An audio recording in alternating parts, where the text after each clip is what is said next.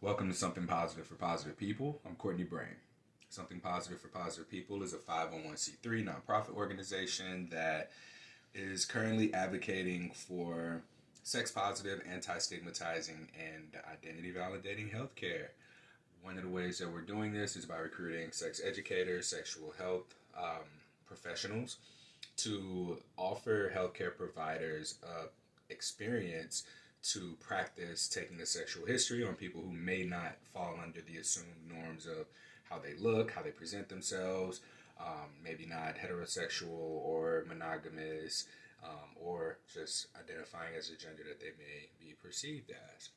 So, if you want to support, you can visit www.spfpp.org and you can donate, or you can reach out if you know someone who would be interested in implementing this at their clinic or healthcare organization. Please don't hesitate to reach out. Today's podcast, I know lately, I haven't really had guests on, and there's been more solo episodes that I've forcefully tried to tie into being related to herpes. But we got Safe Slut here, y'all! Listen, I'm still low budget as fuck. So all of the background noises you're going to hear just me. I can't do the button pressing thing that I see on YouTuber channels. Yeah. And that's only because I'm spread thin. If y'all know somebody who wants to listen through these raw recordings and go in and plug that stuff in, please be Let us know. My guest. Reach out. So, do you ever use your real name? Yeah, I do. All right, I do. So how can I talk about you? Do I just call you can say Trisha or Safe Slut. I don't really, either one is fine. All right, I kind of like Safe Slut. All right, well, yeah. Just call you Safe Slut. Yeah. It's just now it feels a little more not impersonal, personal. Yeah. So to be yeah, Safe Slut, and then we're sitting here having a fucking conversation across from each other, right? I mean, you can say Trisha. I mean, yeah, it doesn't matter. Okay. Or you call me Trash, like a lot of my friends do. All right. So yeah, we are here. We're in New Jersey. We're in fucking Nutley, New Jersey. Where your ex used to live? Yeah. Yeah, my ex lived here, but literally it's so weird because I feel like no one comes to it's not a big city, but we're here. Yeah, we made it. We're here. Made it. Shout out to our host, who's having us here, letting us have this podcast recording.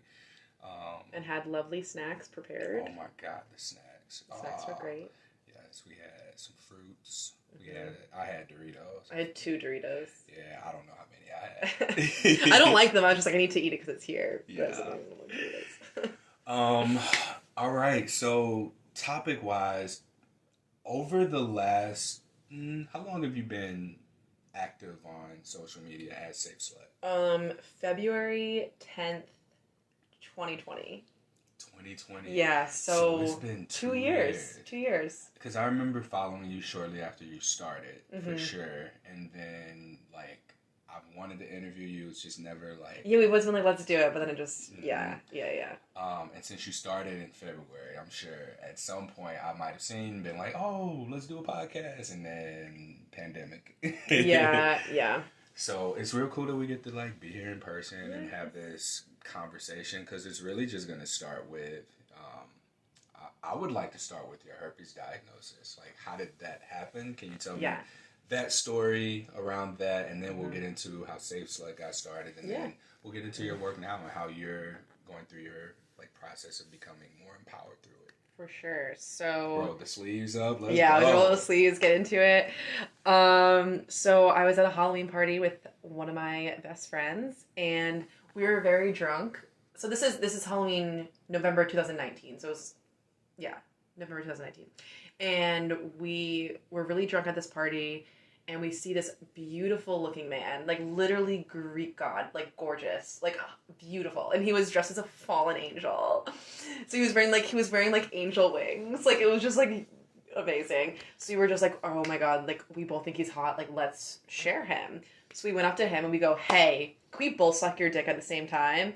And he goes, yeah. So then we went into my friend's spare room and we both sucked his dick. And me and her, we were like looking, because we were just like very drunk this place. We like made eye contact and just like kind of like laughed because we were like, we never thought we'd be here. um, so anyway, so we were at this party and then we were like facilitating an orgy. We were like, who wants to come over to my house? We're all gonna have an orgy. And like, and then my friend and I looked at each other. We were like, we're not having an orgy. Like, we're literally just going home. What a cock tease. I know, we were being teases, but we continued to like make out with this man at this party. And when we got home, we were all drunk, so I don't know all the ins and outs, but ended up, like, my friend went into her room, and me and him just ended up hooking up. So we didn't use a condom, and it was pretty mediocre sex, and lasted, like, 3 minutes, and there you go. The next 2 days, got an outbreak. Well, it's funny, because he, in the morning, like, he was such a himbo, because he was, like... What is that? A himbo? What so is that? A man bimbo. So it's like a guy who's just so not smart, very like beautiful, but like not smart. Alright. And so in the morning I had like a big bookshelf in that room, and he like looks up and goes, "You like to read?" And I was like, "Oh yeah, like I was an English major, I'm really into like these kind of books, blah blah." I was just trying to like have a conversation, and he just went, "Oh, okay." And I was like, okay, you gotta get out of my house. You looked good, but that's about it. And yeah, so then a few days later, I get an outbreak. I don't know what it is. Initially, I start feeling just like really itchy, and then I went to a yoga class, and then I was like, something's not right. So I had my roommates look at my vulva, and they saw there was like some bumps there. And I was like, oh shit. But herpes didn't really cross my mind, because I didn't really, like, I wasn't aware of STIs as much as I should have been, because surprisingly I never had an STI before that. And so then I went to urgent care. She pretty much was just like, yeah, you have herpes, like just by looking at it. And I thought my life was over. And then I ended up so I texted the guy and was like, hey, I think you gave me herpes, but I also did sleep with someone like a week prior, so like I don't know. And he goes, nope, I was definitely clean, it's the other guy. And then I ended up talking to a friend who went to the same college as him, and she was like, oh, I hooked up with him in college, and his ex-girlfriend had herpes, so I was like, okay, so it's definitely him, and he knew, and he lied. But I forgive him, it's fine. And yeah, so I didn't leave my bed for like 3 days, and I cried, and I thought my life was over. Oh, I'm sorry. Yeah. It sounds like you have supportive people around you, though, right? Oh, yeah, in true Leo fashion, I told literally everyone I knew, like my coworkers, everything, like people who like just like didn't want to hear about it. I was like, I have herpes, so I didn't know how to deal with it, but I realized the more that I talked about it, the more Me Too's or like, oh, I know someone that has it, and I saw that these people living with it weren't talking about it, but they were like doing fine, like they all had partners or like were dating, so I was like, okay, well that's cool, but then why is no one talking about it? So I wanted to. Yeah, I knew I wanted to be public about it pretty early on, but it took me a few months to get there. But I also, the thing that most people said to me was like, don't worry, you'll find someone that will want to date you. You'll find someone that will want to date you. And I'm like, yeah, I know, but I want to fuck people. Like, I was 25, I was like, I'm trying to be a hoe still. Like, I don't want to give that up. And so that's why I was like, that's kind of what Safe Slut started as, of being like, you can still be a hoe and have herpes. Okay. Essentially. All right. Damn, dude. So it's interesting what your response was to your diagnosis, because where most people don't want to tell anybody, you decided to tell everybody. I'm an oversharer, baby. It's what I do. Yeah. And that was helpful to you, right? Yeah, it makes me feel better to talk about things. Mm-hmm. I think beforehand, like growing up, I always held things and didn't tell people anything, and I know how much that doesn't feel good. So for me, I just like, when it happened, I just like went the complete opposite way, which definitely was the right thing to do. So yeah, for myself, when I was diagnosed, because it took me 4 years before H on my chest became a thing. What year were you diagnosed? And so I actually found out it was March 23rd, 2013. Pisces, baby. That I got my symptoms. Oh, okay. It was on the 28th that I got the test results back. And found out I was positive, because I went through and I looked up old Facebook messages of who I would have messaged around that time. I remember there were 3 people I messaged. and one of them I'm not friends with on social media anymore, so I can't see the messages. Someone else, we talked so much that I scrolled. You're like, I can't go through back. Yeah, it just took too long. So I found these messages where I just said to her, I said, "Hey, can you talk?"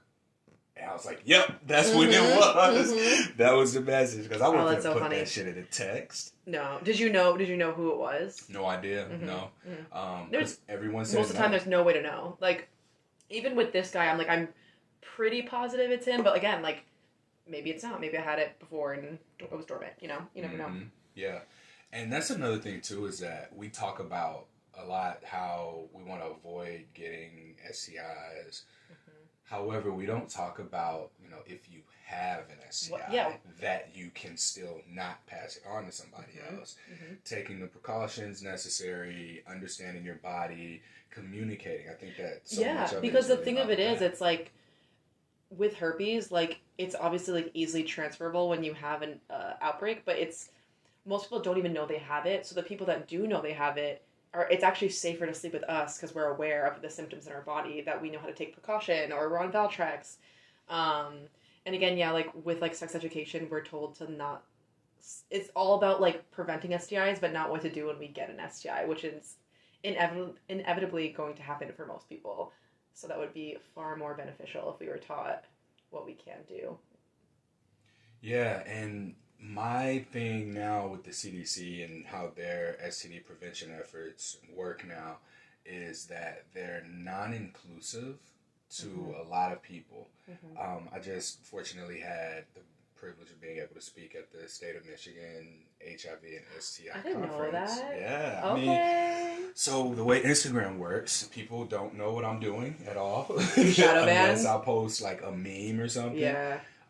If it's not a meme or not education related, then people will see it. But if I like try and say, "Hey, I got this thing going on this time, this date," I think it's because it's directing people away from Instagram. I've noticed that whenever I post things that are like this live or this Patreon thing. So it's like you have to say, "Hey, I am doing this thing on Instagram at this time, this day," because that increases engagement. Yeah. But like, who the fuck is gonna sit on their phone and watch it live, right? No one watches lives.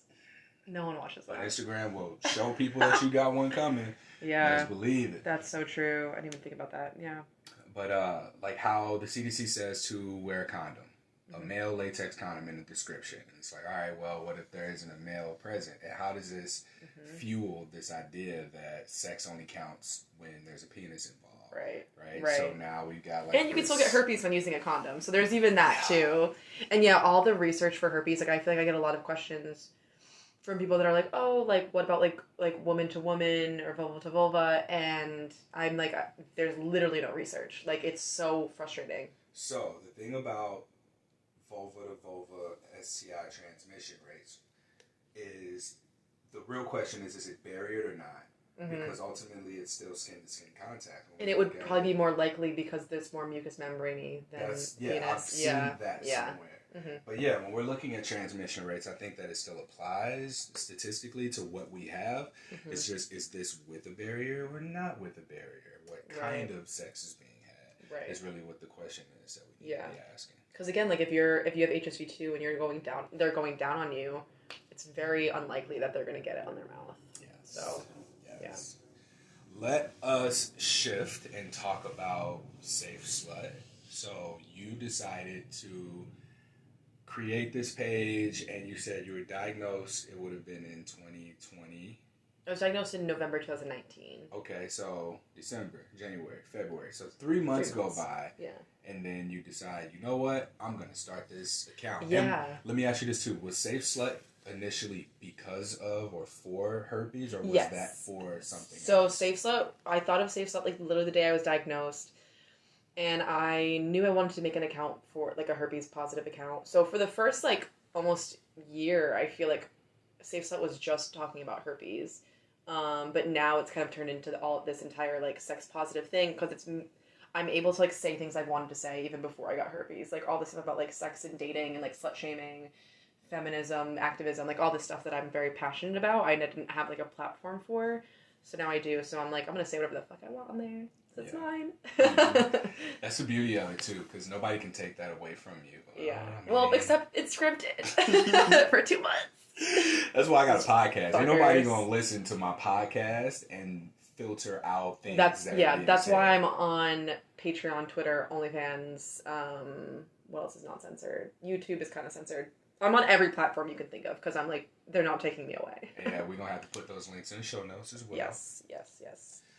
So with Safe Slut, you are saying all the things that you are saying, wish you would have said, and like, I love the memes personally. Thank you. Like, they always make me smile. I post them, I get a lot of like ha-has, and people who may not have seen it from you first see it from me, and then they see that you're someone who does this consistently.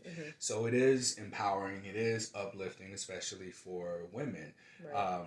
Is Safe Slut who you wished you had as a role model prior to your creation? Oh my God, yes. I feel like Safe Slut, like, obviously it is me, and it's like who I am, but it's also kind of like an alter ego, I guess, because, I mean, you know me IRL, I'm like kind of shy-ish, would you say? No? Maybe it's because we have an internet connection. Yeah, we're already kind of friends. But I feel like in certain settings I can be very like shy, where I feel like on Safe Slut I'm like bad bitch, like ooh. Yeah, like if I came up to you with my friend and said, "Hey, we both want to A-frame you right now at a party," like, I mean, that's like my dream. I'd be like, fuck yeah. But if I'm at a party, I'm drinking. I mean, like party mode, but like day to day, I feel like I'm very like doing boring shit. Like you're going to Trader Joe's. Yeah, go to Trader Joe's. Like go to bed by 9 o'clock. Like yeah.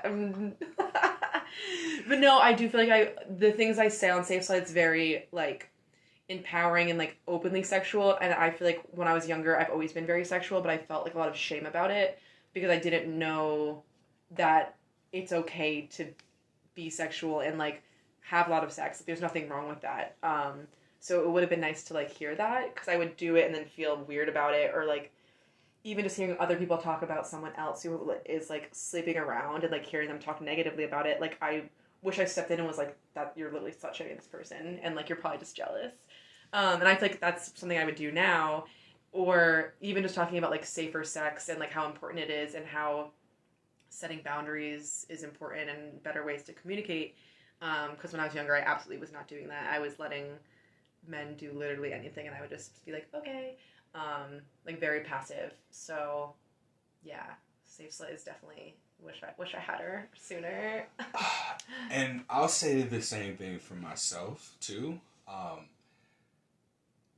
I think that H on my chest was the persona that I needed to get me through my herpes diagnosis. I navigated the first 4 years of it just going with emotions. I ended up like just dating people who had already known, and then it took for me to find these support groups and communities of other people who had it to realize there were people in a much worse place than I was. Like, oh yeah, when I got into the support groups and dating groups, I didn't have many problems. The problem was that I guess like was super empathetic, and I started to kind of feel what was happening from other people, and people just being like, oh, I hate my life, I can't date, no one's gonna want to be with me. Like, still seeing that even in these groups where there's people. Or like them, and those are the type of people that are on positive singles because they think that they can only date other herpes positive people.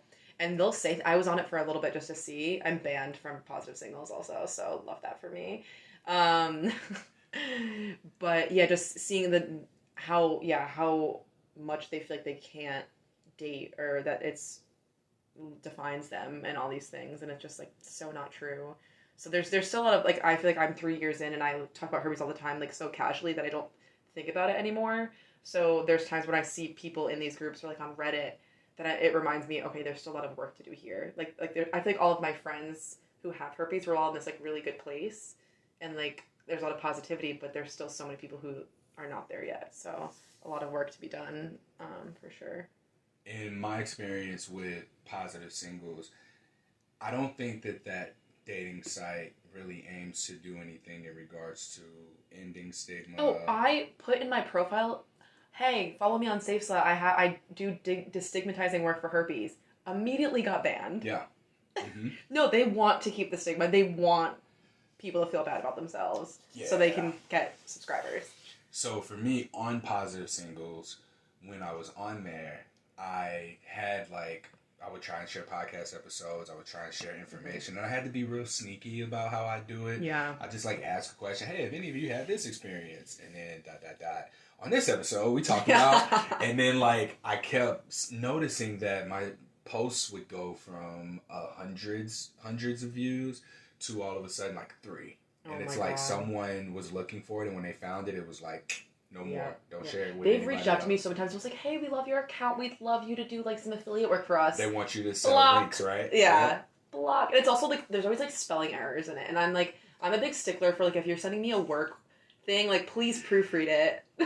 Like, so yeah. And that's it. Like, yeah, they want for you to use your platform to get sign-ups. And yeah, if I'm paying you $20 per sign-up and a membership is $40 a month, right? Like, that's what it is. It's essentially profiting, because I'm telling people not to listen to my podcast. Like, I'm telling people, hey, come here, get what you need, and then get out of here. Go and implement what you learn, go practice, go out into the world. And what I'm loving about, like, Safe Slut is that it is so sex positive. And I think that a lot of people that go through the herpes support groups are looking for sex positivity, but they don't really get there until they bump their heads a few times and stumble through this, like, I don't know if you've experienced this, but where guys are kind of like, oh, I'm the best thing you're going to get because you got herpes and nobody going to want you, so you might as well just be with me. I don't know if I'm wording it exactly. That's pretty much, I mean, luckily, like, no man has ever said that to me, because they would get smacked in the face.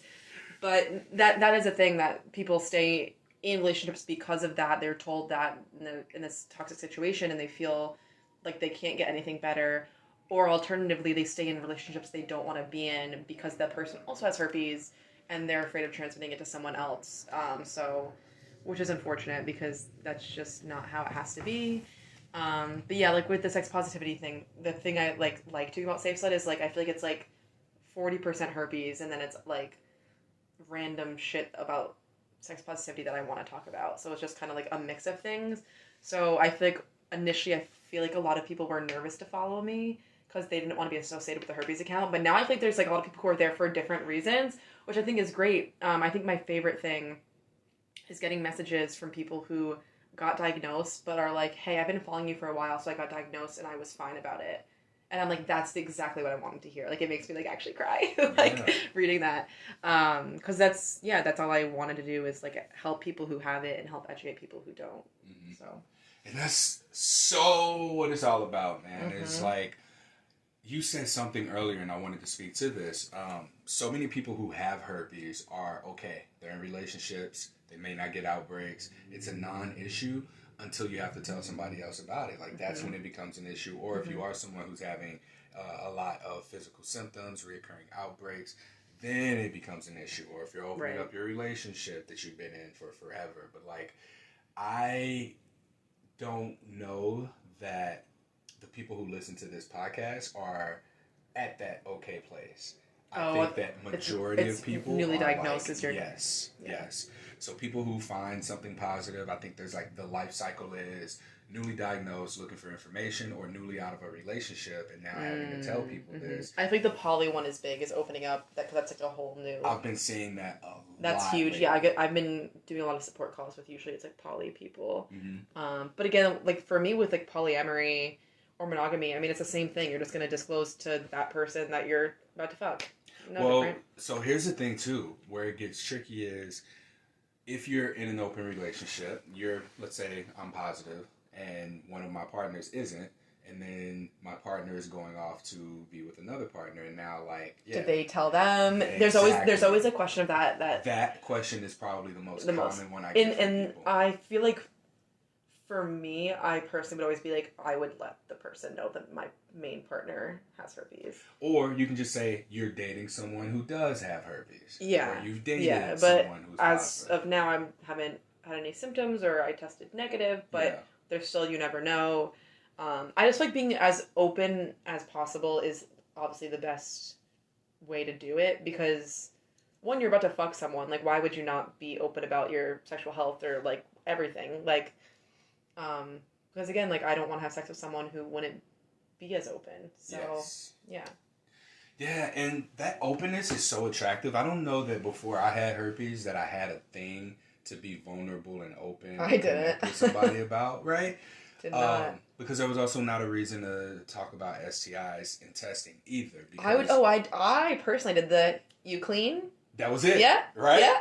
So, that's it. In my sex education, we were taught that if someone had an STI, you could smell it, you could see it, or it would be so painful that they wouldn't want to have sex. Wow. So I went into sex with that in mind. Like, I used a condom because I didn't want to get anybody pregnant. Yeah. As soon as I found out motherfuckers was on birth control, like, I was like, no fear. Like, does this hurt? Do the sniff test, and they were like, all right, we good to go. Yeah. I've also read this statistic a while ago. Don't know where it's from. Whatever. Fact check it. It's probably true. That cis men are more likely to not wear a condom with generically attractive women. Like, basically, I don't know what I'm trying to say, but like more attractive women, they think that like if a woman isn't as beautiful or pretty, they are more likely to wear a condom because they think that they're like gross. But if they're hot, then they're like, you're hot, like you're clean. Which is so funny because I'm the most beautiful person I've ever seen, and I have an STI. So, all right, here's my thought about that. I would think that in relation to like my thoughts of being more afraid of pregnancy than an STI, right? I wouldn't want to get someone pregnant who I'm not very attracted to.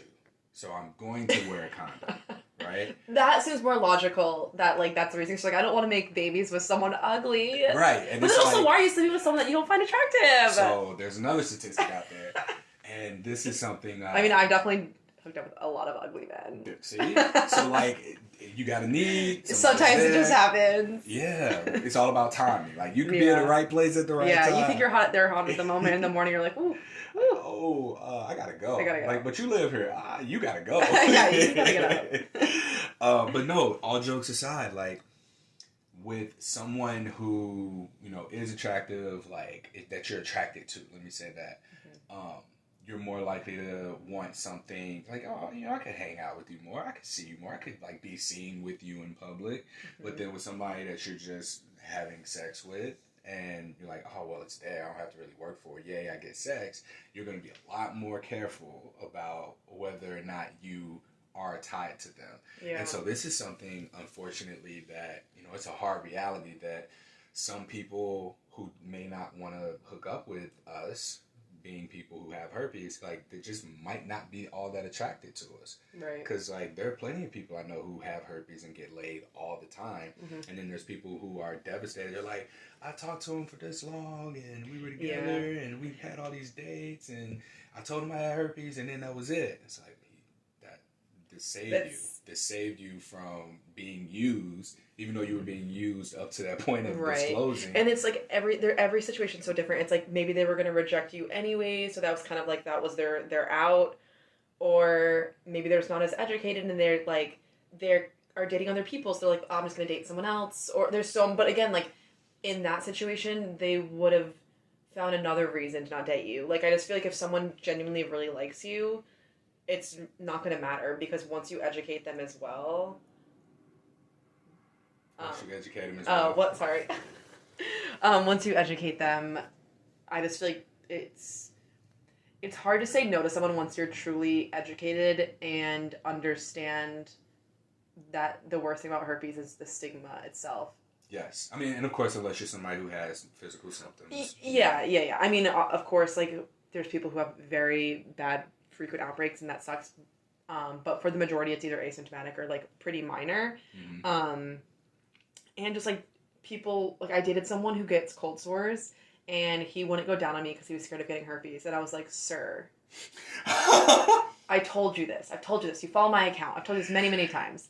You already have it. And he was like, no, but it's like different. And I was like, get out of my home. So I posted this video from a doctor to my Instagram story today. Somebody sent it to me. I'm looking for the name now. So he is. Oh, he was hot. The You Wiz Doc. Yeah. THE. Is he the hot one? I saw your story this morning. There's one hot guy on there. WHIZDOC. So I'm gonna hit him up. I'm gonna slide in DMs. Oh, he was the one talking about the cold sores. Yeah. Yeah, he's cute. That's him. Yeah. All right. So I am going to try and make contact and see what we can do.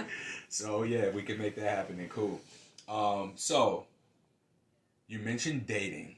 And out of curiosity, for you being someone who's open about your herpes status and then dating, online dating, if you meet someone out in the wild, like, how is that for you? Honestly, in terms of herpes, like, I don't really think about it.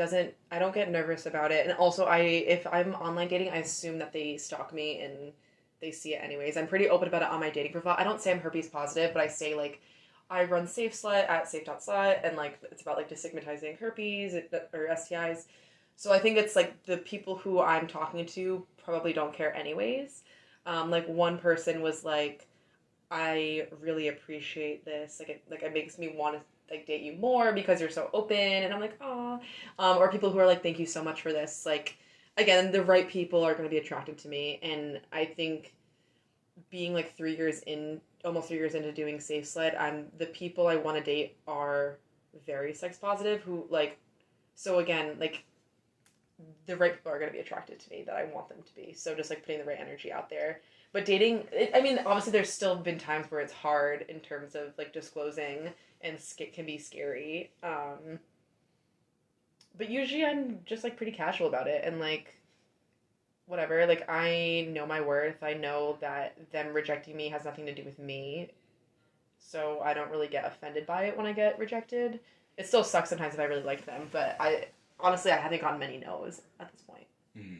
Not to brag, but I find for myself, dating online, I'm having to have a conversation about my herpes status a lot sooner than I'm ready to. Because it gets sexual fast? No, well, shit, that's happened too. Because I feel like that happens a lot. That happened, and then actually, so someone that happened with, it did get sexual fast. Like, pandemic just started, we was trying to lock stuff down, and she was like, yeah, you know, I'm real sexual, I ain't gonna want to use condoms, and I know. Well, here's the thing. So we had that exchange. We didn't talk.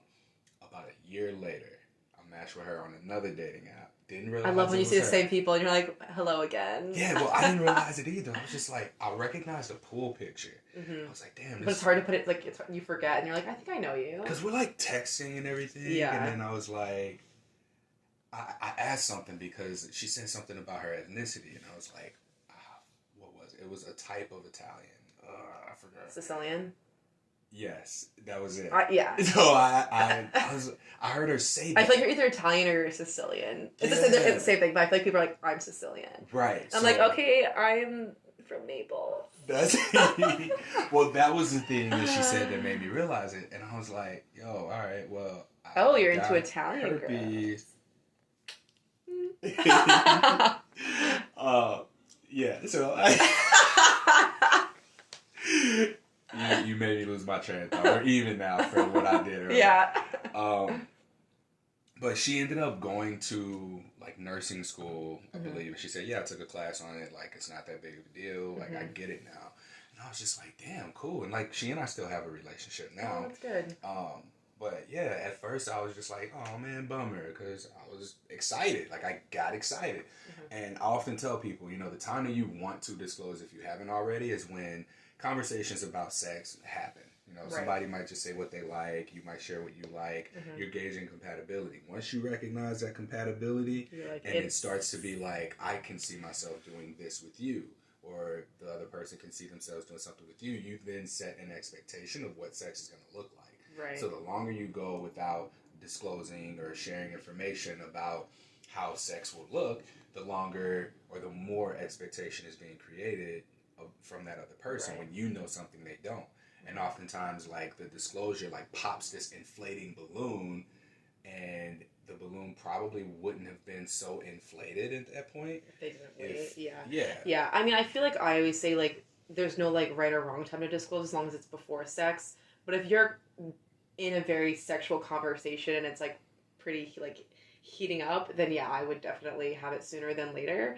But my favorite tip that I think is like the easiest and most important for when you're disclosing is to always ask them when they've been tested last and like what their sexual health history looks like, because not only is it just as important, like you're not the only one disclosing, it also takes the pressure off of you for a little bit.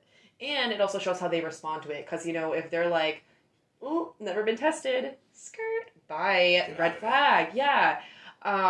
Or just like if they're like, I'm clean, like it just like shows that they're like not as educated on like sexual health, which again is fine, it's no one's fault because we were all doomed from the start with our sex education.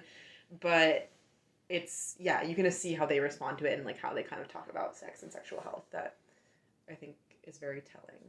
Yeah, and you don't have to go into disclosing like I have herpes. Yeah. What do you want to do about What it? do you want? What do you think about that? It's too like I so often see people in messaging who share that they like disclose their status and then that's it. Like, okay, well, how do you want this conversation to go? Like, right. We have to have a little bit more control over it, so to speak. Mm-hmm.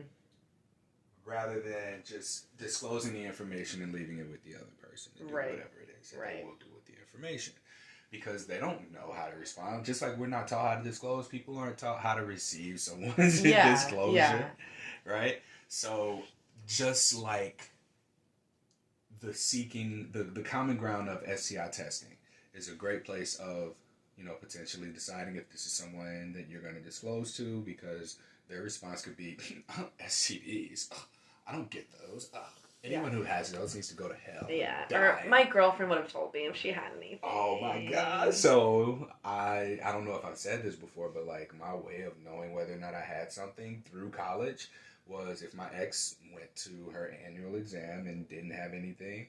And now looking back, I'm like, that was fucking stupid, because I learned that women aren't even tested for HIV unless they ask to be tested. Herpes. HIV. Like even HIV.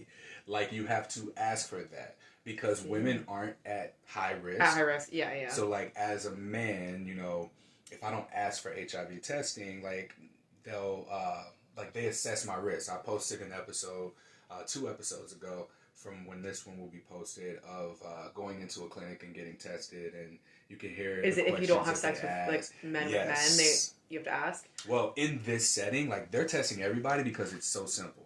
What's interesting is when I went to a doctor's office, they only had me pee in a cup and they drew a lot of blood for a few tests. Whereas at this other place that I went to, they pricked my finger and they did everything else with the oral swab and the urine sample. And then if you do anal sex or rimming, then they'll do, or have you do an anal swab as well.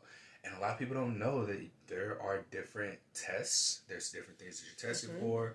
And there's location. I just listened to a podcast yesterday, the Swingers Network, and there's a sex positive healthcare. There's healthcare for the lifestyle, I think it was called. Oh, I love that. Shameless Healthcare, I believe. I'm gonna reach out to that person and see if we can talk, because again, like, sex positive healthcare. That's what we advocating for. Literally need, yeah. And he said like. He didn't know. He recently found out about the oral swabs. He shared a story about... Oh, I recently got swabbed, I think like almost a year ago now. That was the first time I ever got an oral swab. Mm-hmm. And a lot of people don't know that. Yeah. A lot of people just don't know. And I think that like healthcare providers don't even know that enough to where, like, also, but just scratching what I was just trying to say, because I lost my train of thought. But being comfortable asking the kinds of sex that you're having, because I think we're so laser focused on sexual intercourse that we miss out on oral sex, we miss out on anal sex, we miss out on sex toys, kink, BDSM, scissoring, right, and mutual masturbation. Fave. What else am I missing, right? Like any of those things, we're really missing out because we aren't just able to have a conversation about those things.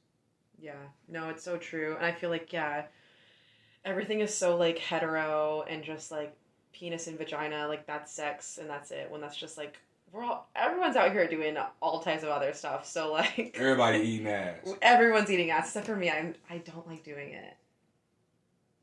I don't like it, and I actually don't like love when people do it on me. What? Well, I mean, at least you're an equal opportunist. Yeah, I mean, I will, if someone wants it, I'll do it. Like, I'm not like opposed to it. Just like it's not my favorite. But and then again, like there's been a few times where someone's done it to me, and I'm like, this is pretty good. So actually, I'm gonna take that back. I'm gonna take back what I just said. Oh, it depends. So yeah, like you can get STIs in orally. So whenever you go to get tested, ask your doctor little oral swab to do that too. Yeah, that's very important. But keep in mind, you might be the first person that's saying that to them. They're like, what do you mean oral And swab? I love it. I love going to gynecologists or like even in like urgent care and like asking them questions and certain things. And they're like, wow, you're pretty knowledgeable. And I'm like, I'm a safe slut. Yep. And that's why like you're one of the people that is on my list to reach out to about this, taking a practice, giving a sexual history. So what I'm envisioning is like when people are ready to go and get tested, like I recommend a place to them and be like, yeah, go here and get tested. Like you don't have to worry about paying for it. And then like paying them to go and then share about their experience. Maybe ask particular questions, grade them, if you will. Oh, I love this. That shit into me. I can hit them up like, hey, so we sent one of our secret shoppers in. Yeah, yeah, I know, right? I got so many ideas of what I want this to Candid look like. Camera, Sexual Health Edition. Mm-hmm. Yeah, no, it's funny because I feel like there's so many healthcare providers that are still pretty uneducated about herpes too, or like slut shaming, or they're like, you can't get HSV1 generally, and they'll just like tell people like false information, and it's very sad that they don't even know. And it's not their fault. It's not their fault. They get just 3 hours of education on sex. Exactly. So yeah, and it's unfortunately on us. Like if you're here and you're listening to this podcast, like we gotta be on top of our sexual health. Astronomically more effort has to come from us for now. I'm working on that on the other side. But like my board members, I've got Dr. Ina Park, I've got Dr. Eveline Decker, I've got Jordan Donnell Jones of the Vaginas, Vulvas, and Vibrators podcast. I love that. I've never heard of that. That sounds awesome. I think I mixed the words. I love alliteration, so that sounds great to me. Yeah, so my favorite things. I'm surprised y'all haven't talked. I know. There's so many like sex positive accounts that I'm like, there's just too many that sometimes it's just like, I don't know. But I'll have to connect. I'll connect y'all. Yeah. But yeah, like I have these people, supporting something positive for positive people in a way that we can get more healthcare professionals involved and getting more of the sex positivity, because I think that that's like what we need to dissolve any internalized stigma that we have for ourselves. Like we gotta be able to go into the world like after our herpes diagnosis, not just go into the herpes world after our herpes diagnosis, because that's programmed for us to stay there. If you look at the dating sites, if you can see, like, I don't know if many of you have been in a support group for people with herpes, but I know a lot of people really who have negative. They've gone and left and just been turned away. And what I find in sex positivity, and you feel free to jump in here if this has been your experience, is that there's a lot of self-reflection, self-development in this space, and it's like challenging things that you may not have ever once thought about. God, yeah. Honestly, I feel like it turned my whole world upside down. But it was like a journey that I needed to go on. Like, I do think that herpes was the best thing to happen to me, which again, like, no one wants to get it, but I think I like needed to, because I learned so much after getting herpes, because I was literally forced to do these things. I was forced to do this work and like take a really long, hard look at myself that I wouldn't have done beforehand. And I did get diagnosed like right before the pandemic, so I was unemployed, so I also could just like really sit with myself for like a long time and just kind of go through this and like work through this stigma and everything. But yeah, it taught me so much, and all of my friends have herpes, so I literally have met the coolest people ever. Oh man, yeah. That's the best part, I feel like. How many friends I've met. Yeah. I moved to Portland for a grant that I got. Like, I had to be a Portland resident in order to get this grant, so, or an Oregon Because you were in St. Louis before? Yes, and I had no, like, I had people Did you grow up that there? came to the gym, yeah. Born and raised in St. Louis. I lived in Houston, Texas for about 3 years, and then moved back to St. Louis to just kind of, like, regroup. And then I regrouped for about 5 years. Yeah, that was a long regroup. Yeah. But I moved out to Portland just because of that support, like the network. I've gone to, I think I told you about this, but Feel, the dating app, they've been hosting in-person social events, and I've been going to those, and it's been cool because I've run into people who've been like, hey, I follow you on Instagram, or hey, I listen to your podcast. And you're like, ooh, I'm famous. Oh my God, I got friends. Like, that's more, like, I am so fucking hungry for just, like, friendship. Yeah. In general, because, like, what I'm seeing, and you tell me if this is your experience too, but in, like, the dating world, it seems like people are impulsively or compulsively prioritizing their intimate relationships. Like, if you're not having sex with that person, it kind of seems like, this falls to the wayside. And I don't know, maybe this is a Portland thing because I do run into a lot of, like, non-monogamous I feel like everyone in circles. Portland is non-monogamous. Well, there's, like, 6 people who aren't because we've had conversations of, like, well, I'm looking for a monogamous relationship. But, you know, you kind of have to conform a little bit to your environment. And I think that that's what I've run into as well, where I've been dating people and they've said that they were non-monogamous as well. And then, like, they're not. I feel like in New York, there's obviously a huge non-monogamy community. I see it on, like, all the dating apps, and I was talking to this one guy the other day on Hinge, and we were just going back and forth for a little bit. You love Hinge. I love it. You want to know why? Because I love when you can just respond to someone's picture as opposed to just liking them. Like, you can just be like, ooh, I just think it's an easy. I feel like I can get a sense of more who they are. Yeah. And also, I am like a one-track mind. I can't do more than one app at a time because I'm like, this is overwhelming. Like, I have Bumble, but I don't even open it. Like, and I'm like, I don't want to talk first. I don't want to. I'm scared. But Says the girl who took her friend up to this guy at a party and said, can we both suck your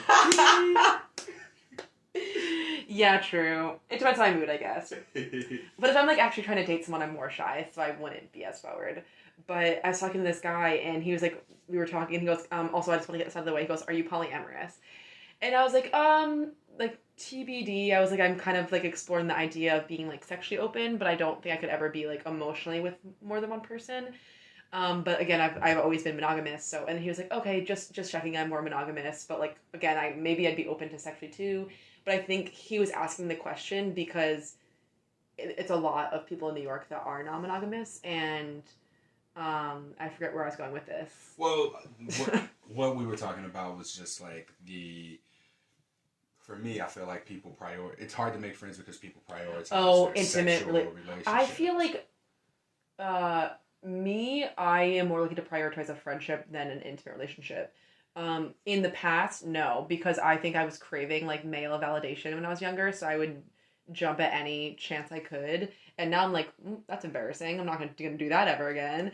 I just, like, I feel more fulfilled when I have more, like, female friendships or just, like, feminine energy near me. So I feel like that's more important to me now than dating someone. But I feel like in New York, dating is pretty horrendous here, as it is everywhere, I'm sure. I just, like, it's not that people aren't prioritizing dating. It's like, it's either, like, they just want to hook up and that's kind of it. Just, like, something casual so they can focus on, like, it's so their efficient. career. Yeah. It's efficient. And I, like, commend people for that, for how efficient it is. And, like, there's times where I'm like, I just want to hook up. But I'm a grandma slut at this point. So, like, to me, like, being crazy slutty, like, isn't really my jam anymore. Because it's not really as fulfilling as it was when I was younger. But it depends on my mood. But, so I feel like I'm definitely more interested in, like, developing deeper connection, whether that's intimate or friendship. So I feel like everyone's different, though. I don't know. I feel like in New York, there's just a bunch of scumbags out there on the apps. There's a lot of scummy dudes out there. That's anywhere. But they're but it's anywhere. And it's like, those are the ones that are on the apps, too. Mm-hmm. There's also great people on the apps as well. But if you're scummy, you're on the apps.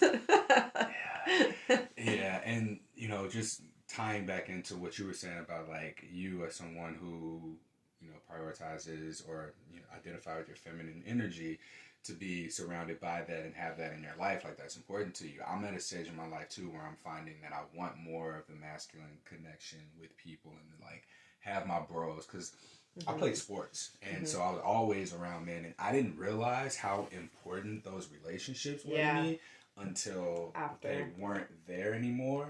And for a long time, something was just wrong. Yeah. And, you know, I could look at it like functional depression or something. Like I was functionally depressed for I don't even know how many years. And so even now with managing the Instagram account, something positive for positive people, I am surrounded by more feminine energy than ever. And I think that maybe that's been like contributing to a little bit of my, I don't want to call it burnout, because it's like an awareness of being drained by the fact that I'm just not being replenished in my own identity. So like I don't necessarily look to something positive for positive people or women in order to like fill my cup. But like I gotta get the bros. I know, like I just bros. need like, gotta go out and like play sport. I met somebody. And you have a new friend. Yeah, it's just like dating, like making a friend. It is making a friend. So much like dating, because it's more important. Yeah. I told his girlfriend, I was like, I like your boyfriend. I was like, shoot, oh my god, he likes you too. I was like, yeah, come on, it's like a thirsty bitch. That's so cute. And so yeah, there's a Seinfeld episode that's kind of like that, and like the guy's like, can you help me move? And he was like, it's too soon in the friendship. I can't help you move. But yeah, like that's really where it's important. Yeah, and you'll find that. I mean, I feel like I spend a lot of time in the masculine energy because I play soccer with all dudes, and I just feel like I'm constantly around that, like once a week. So I'm like, all right, that's enough for me. Yep. And then I'm with my girls most of the time. And it's just like that. And I work at a salon. Yeah. So but again, it needs to be balanced. Like, and it doesn't even necessarily be men and women. It's just the masculine and feminine energy. Just, the environment. So you are at a point in your life now where you are empowering or using your diagnosis and your life experiences to empower yourself as well as inspire others. And you mentioned that you do that through Save Slut. You also do that through Onlyfans, right? Yes. So it's like I've been doing it for 2 or 3 months now, and I've been wanting to do OnlyFans. That's it? Yeah, I pretty much just started it. I've been wanting to do OnlyFans for a while. I do have Patreon where I was posting nudes, but you can't post you like masturbate. It's like they have some more rules. And with OnlyFans it's easier to kind of talk to people and whatnot. So I realized that I always love kind of being on camera. It's hot to me. And I was like, you know what? Like, I think another part of the type of destigmatizing herpes work I want to do is, me showing me having sex with myself, me having sex with others, photos, all of that. It feels really empowering to me, and a lot of the people who follow me on OnlyFans also have some sort of STI, for the ones that I know and talk to. And so I always get messages being like, oh wow, this is really empowering, and that's exactly what I want. And I also want them to be like, this is slutty and disgusting. I love it. Yeah, tell me more. So that's kind of my new project, I think, is that I'm spending a lot of energy on, is that. And the other, one of the first posts I ever did was me in the bath with an outbreak that you could really see. I just took a nude and you could see the outbreak, and I was like, yeah, I'm still super hot, but I have an outbreak and I'm in a bath and it's sexy. Mm-hmm. And so I think that's really fun for me. If you want to follow it, it's herpes.witch on OnlyFans. Herpes.witch. Yeah. Okay. You can't. I was gonna do safe slut, but you can't use the word slut in your name, which is so ridiculous. I mean, I guess that makes sense. Yeah, but I'm like, it's my name on it. OnlyFans can, but everyone else can. They're trying so hard to just not be the porn. Yeah, just let us do it. Just let me have this. Yeah, like OnlyFans. I remember they were like, yeah, DJs. Like what? Yeah, just let it be what it is. Yeah. So that's been really fun, honestly. I've always wanted to be a porn star, high key. Yeah, from a young age. I'm not too young, but it's been always on my mind. Yeah. And when I got herpes, I was talking to my roommate, and I was like, oh, I can't be a porn star anymore. And then I did. I did. But they say like everybody in porn either has it or expects to get it. Yeah, exactly. I didn't know that, but yeah, pretty much. Yeah, everyone in porn has it because it's just. I mean, not only does everyone in porn have it, just everyone in the world just has it.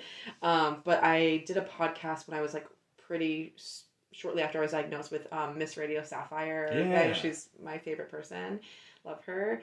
And we were talking because she does some like porn stuff. Like I think like I forget exactly what she does. I think she does like editing. I forget. But I remember us talking and I was telling her, I was like, oh, I really want to be a porn star. And she was like, everyone in porn has herpes. And I was like, that changed my life. That moment. I was like, thank you. So now I'm like making porn. Yeah, and there's something exciting about making porn too, and like watching yourself. And you kind of see what comes up for you, any of your own insecurities, and like. And that's another thing too. It's like watching myself and being insecure about certain things, and then people messaging me, even if they're commenting on me as a whole or like one certain thing, and being like, oh wow, that's the thing I was insecure about. Like someone commented on my nose, and I'm not insecure about my nose, but it's like I got my little Italian nose, and it's like a little bit bigger than most, and he was like, oh my god, especially your nose, and I was like, aw. So again, it's like such a compliment. Yeah, like, it's different. Yeah, exactly, it's different, and so far everyone's been really respectful on there, which I love. I love people being respectful, and like a lot of people messaging me are like, oh, like, can I say this to you? It's like, do I get your consent if I can say that? And I'm like, thank you. But also, like, call me a dirty slut. Like, say something wild. Like, ask me to give me a crazy request. Keep it interesting. Yeah. But yeah, I think it's really cool to, like, make that content for yourself and for other people to enjoy. And again, there's a lot of stigma about it, and it took me a while to do it because of my own internalized feelings about it. But now I'm just, like, full-fledged, like, into it. I think it started me with being like, okay, I'm just going to post nudes. And then I was like, all right, maybe, like, one jack-off video. And now I'm like, we're doing it. Yeah. It's something about being able to lean into your own insecurities and find some empowerment in that. And that's what I'm finding in my understanding of what Safe Slut represents and what Herpes Witch. Yeah, herpes switch. It's cool because it's almost like herpes switch too. Ooh. Hey, there you go. And I am more switch, so I like that. Hey, here we go. Yeah. So we got 3 minutes left before this cuts off on us. First, how can people find you? I am at safe.slut on Instagram and TikTok. I'm at safe.slut with 2 T's on Instagram for my backup, and at safer.slut on Instagram for my third backup. And Twitter is safe_slut, Patreon safe slut, YouTube safe slut, Onlyfans is herpes.witch, and I think that might be everything I got. Good. Yeah. All right. Is there any like last thing that you want to leave with people? I always say this, I feel like, on every podcast. So I think this stay on brand. It's gotta stay on brand. You can still be a hoe with herpes. Hey, herpes hoes, baby. Herpes hoes. Yeah. Well, this was great. This has been. I'm glad we finally got to do this. I know. It's been years in the making, literally years in the making. More than anything, I just appreciate you making a trip out here to all the way to Jersey. I know, all the way to fucking Nutley. As I come from Portland. I know you lived across the country. I took a train. But yeah, this was great. It's been phenomenal to just meet you, hang out, and talk and have this conversation. I think that this is going to be something useful for people. If y'all don't take anything else out of this, like lean into your insecurities. If you have a good look at your body, take inventory on your personality, and just see what it is that you do and don't like about yourself. Those things that you may not like may be things that you can lean into, modify, change a little bit, or you can accept reframe those it. things, Yeah, accept it, reframe it. Yeah, because I mean, all it took for you was for somebody to say, yeah, everybody in porn has herpes. You're like, I can still be a porn star. Yeah, you can be your own amateur porn star too. Like, just start recording yourself and watching it later, and watch how if you turn yourself on, you ain't got to worry about. Yeah, trust me, watching yourself is really high. I highly recommend it. Yes. All right. That concludes this episode of Something Positive for Positive People. Please like, rate, review, subscribe to, share this podcast with whomever you think may find it to be useful. If you want to support us, like I said at the beginning, you can visit www.spfpp.org. You can reach out to me directly at Courtney@spfpp.org. Instagram. Well, shit. Instagram is more personal now, so it's just Courtney Brame _. My Twitter handle is Cortonius now. I know. I was trying to tag you something. I was like, what is this? So, yeah, Cortonius. Like, I like this idea of self and, like, self-help, self-improvement, self-reflection, self-development, self-education. All of those self things. And that's going to be more of what that Twitter is. It's just like me posting this philosophical shit. So, you can also follow Cortonius Quotes. And that's where I'm just going to be posting crazy shit. But yeah, y'all. Till next time, stay sex positive. Stay slutty. Hey.